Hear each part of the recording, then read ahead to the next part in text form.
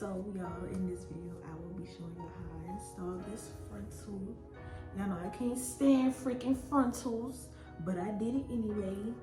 It don't look bad. I didn't really care too much, but I cared enough to show y'all like how I get down or whatever like that. So you're not gonna see me talk at all. It's straight to the point. You're gonna see me braid my hair down. Ouch. You're gonna see me braid my hair down and then put the wig on.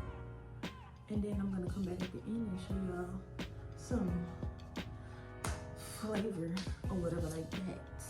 I'm not really sure where this wig came from. It was given to me as a gift from a friend. So, but it is really nice though. It's luxurious or whatever.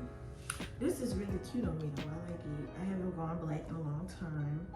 But also make sure that y'all shop Ken's Closets.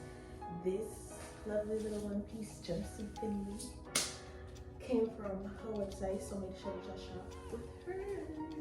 This is really cute. I like everything about it. I love everything about it. This is really cute. It fits. This is a small that I'm wearing, obviously. But